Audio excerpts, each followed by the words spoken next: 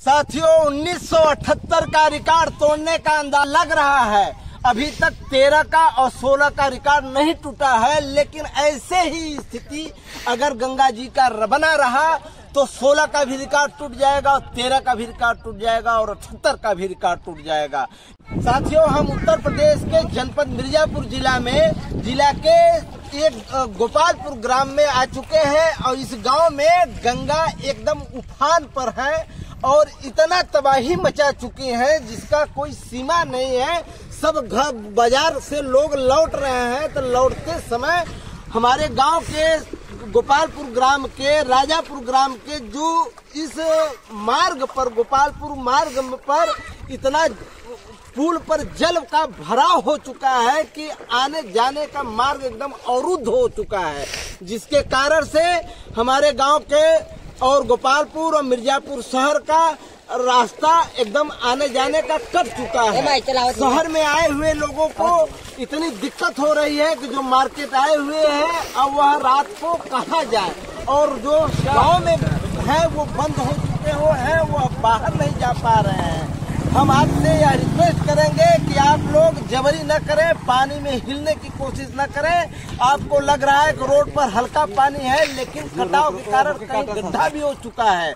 और सावधान, गांव में गंगा इतनी उफान पर है जिसके कारण से कि पूरे गांव में सर्प और बिच्छुओं का आतंक हो चुका है।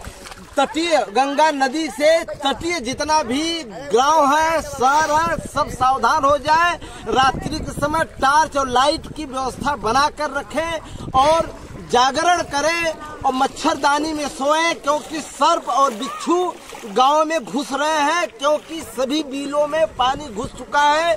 सभी बिलों में पानी के घुसने के कारण और बिलों में से सर्प बिच्छू निकलकर मूस निकलकर गांव में एकदम पहुंच चुके हैं, अब हमला कर रहे हैं। तो आपसे विनती है कि आप गांव में एकदम सावधान मुद्रा में रहें। रात्रि में निकले तो टॉर्च लेकर निकले, अपने बच्चों को अपने बिस्तर पर मच्छरदानी लगाकर सोएं, क्योंकि चारों तरफ से वर्षा भी हो रही है। आज चौथा दिन है जल भराव का, गंगा एकदम उफान पर है और उत्तर मिर्जापुर जिला के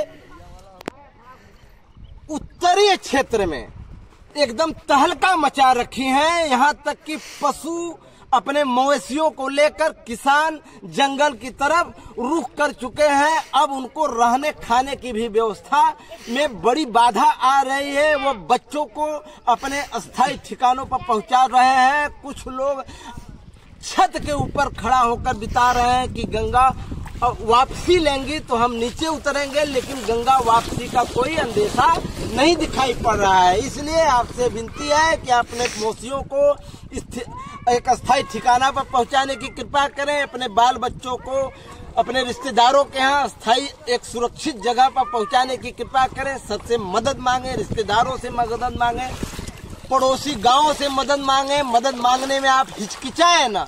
तो मित्रों, देख लीजिए गंगा का जल इतना भराव हो चुका है। ये बच्चे जो स्नान कर रहे हैं, यह पुल पर स्नान कर रहे हैं, ये सब अपने जान को जोखिम में डालकर स्नान कर रहे हैं, लेकिन उन्हें यह नहीं पता है कि कहीं कट भी चुका है, रास्ता का बाधित हो चुका है, जिसके कारण से कहीं हमारा पांव फिसल गया तो हम गहरे जल में भी जा सकते हैं।